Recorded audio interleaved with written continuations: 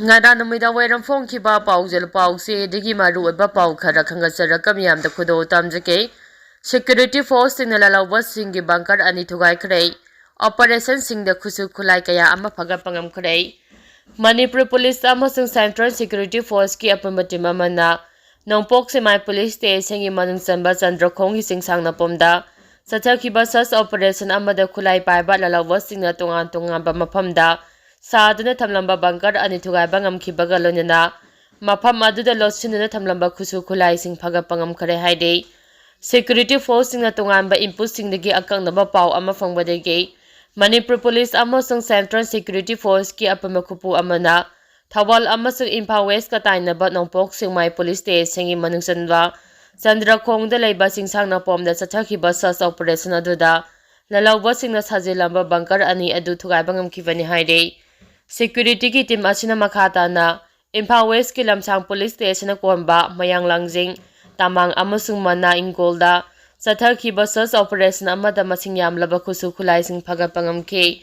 security force na phaga kharaba khulai sing adude magazine yaungna 7.62 mm ge SLR amma defective double barrel gun amma air gun amma modified fire gun amma magazine galonina modified rifles amma Single barrel ani magazine galonina pistol amma SLR gi empty magazine mari bulletproof vest mari BP plate mari amasung helmet mari ni haide phagalaba polam sing mari leinaba police station sing da makhata ba investigation gi damak sinakhre haide makhata ra pauda Kanglup ki irang lapodagi night curfew thamjingkhre district magistrate Churchampur na district asida Kanglup furup ani gi lamge Sayid na ba mapam amada community amagi fira yung silambagi wahauda Kanglup anigi marakta ungkhan na ba tholakpa yabagi oithokpa leiba maramna ngarang numidang dagi hauduna district asida private curfew thamjingkhre haide tha asigi Nepal da district asigi be munhoi amasung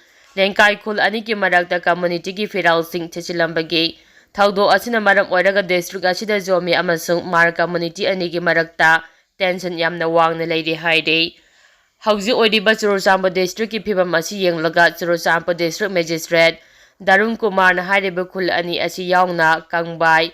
Samulamlan area pomba amasung Saiko subdivision da private curfew asi thamjingkhibani haide Adumapu District asi ki atopa mafamsing da di miyamna makhoi gi tangai fadaba pochai leijaba khudongchanabagi dama amadi ata essential service tawba yanabagi dama private curfew asi ayupung 3 tagi numida wairam pung mga fawba April ki taraga tare fawba komthokani haide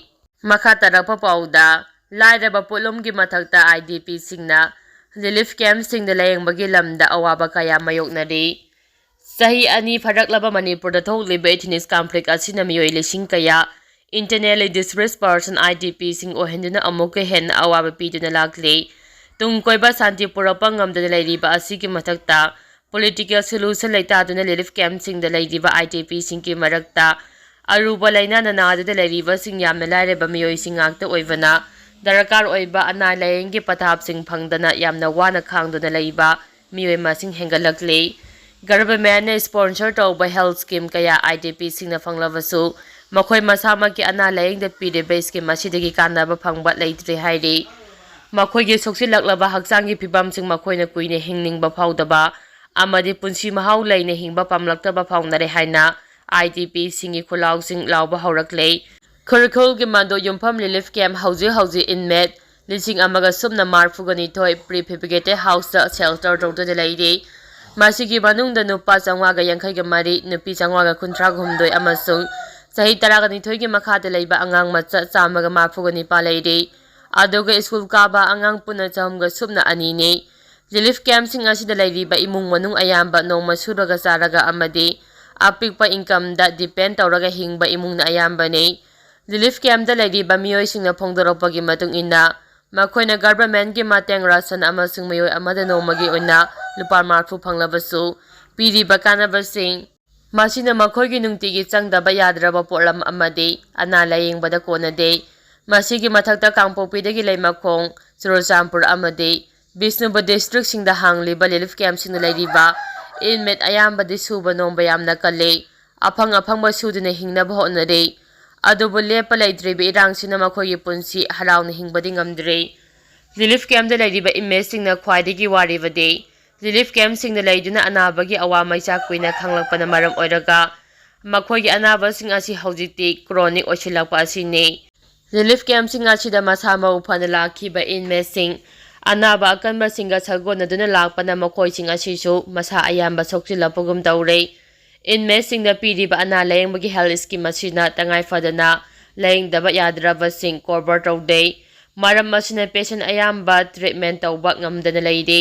ꯃꯔꯝ ꯑꯁꯤꯅ ꯃꯔꯤ ꯂꯩꯅꯕ ꯒꯚꯔꯟꯃꯦꯟꯠꯒꯤ ꯑꯣꯊꯣꯔꯤꯇꯤꯅ ꯃꯔꯨꯑꯣꯏꯅ ꯑꯅꯥ ꯂꯥꯌꯦꯡꯕꯗ ꯍꯦꯟꯅ ꯄꯨꯛꯅꯤꯡ ꯆꯪꯍꯟꯅꯤꯡꯏ ꯍꯥꯏꯅ ꯏꯟꯃꯦꯠꯁꯤꯡꯅ ꯐꯣꯡꯗꯣꯔꯛꯂꯤ꯫ ꯃꯈꯥ ꯇꯥꯔꯛꯄ ꯄꯥꯎꯗ ꯀꯨꯀꯤ ꯃꯤꯂꯤꯇꯦꯟꯠꯒꯤ ꯑꯆꯧꯕ ꯂꯨꯆꯤꯡꯕ ꯑꯃ ꯒꯨꯋꯥꯍꯥꯇꯤꯗ ꯐꯥꯔꯦ꯫ ꯃꯅꯤꯄꯨꯔꯗ ꯊꯣꯛꯂꯤꯕ ꯀꯥꯡꯂꯨꯞꯀꯤ ꯏꯔꯥꯡ ꯑꯁꯤꯗ ꯃꯄꯥꯟꯒꯤ ꯏꯁꯇꯦꯠ ꯑꯃꯗ ꯂꯩꯗꯨꯅ ꯆꯥꯎꯅ ꯏꯟꯁꯤꯜꯂꯝꯕꯅꯤ ꯍꯥꯏꯕ ꯀꯨꯀꯤ ꯃꯤꯂꯤꯇꯦꯟꯠ ꯑꯃ ꯒꯨꯋꯥꯍꯥꯇꯤꯒꯤ ꯕꯣꯔꯥꯒꯥꯎꯟꯗꯒꯤ ꯀꯜꯆꯔꯦꯜ ꯄꯨꯂꯤꯁ ꯁ꯭ꯇꯦꯁꯟꯒꯤ ꯇꯤꯝ ꯑꯃꯅ ꯉꯁꯤ ꯐꯥꯔꯦ ꯍꯥꯏꯔꯤ꯫ ꯄꯨꯂꯤꯁꯅ ꯐꯥꯔꯕ ꯀꯨꯀꯤ ꯃꯤꯂꯤꯇꯦꯟꯠ ꯑꯗꯨꯒꯤ ꯃꯃꯤꯡꯗꯤ ꯍꯂꯨꯃꯥ ꯍꯝꯇꯥ ꯀꯧꯏ꯫ ꯍꯥꯏꯔꯤꯕ ꯃꯤꯑꯣꯏ ꯑꯁꯤꯅ ꯒꯨꯋꯥꯍꯥꯇꯤꯒꯤ ꯕꯣꯔꯥꯒꯥꯎꯟꯗ ꯂꯩꯗꯨꯅ ꯃꯅꯤꯄꯨꯔꯗ ꯊꯣꯛꯂꯤꯕ ꯀꯥꯡꯂꯨꯞꯀꯤ ꯏꯔꯥꯡ ꯑꯁꯤꯗ ꯀꯨꯀꯤꯖꯣ ꯐꯨꯔꯨꯞꯁꯤꯡꯕꯨ ꯑꯔꯥꯟꯕ ꯃꯑꯣꯡꯗ ꯏꯟꯁꯤꯟꯕꯒꯤ ꯊꯕꯛꯁꯤꯡ ꯆꯠꯊꯔꯝꯕꯅꯤ꯫ ꯍꯥꯏꯔꯤꯕ ꯃꯤꯑꯣꯏ ꯑꯁꯤ ꯒꯨꯋꯥꯍꯥꯇꯤꯒꯤ ꯀꯜꯆꯔꯦꯜ ꯄꯨꯂꯤꯁꯀꯤ ꯇꯤꯝ ꯑꯗꯨꯅ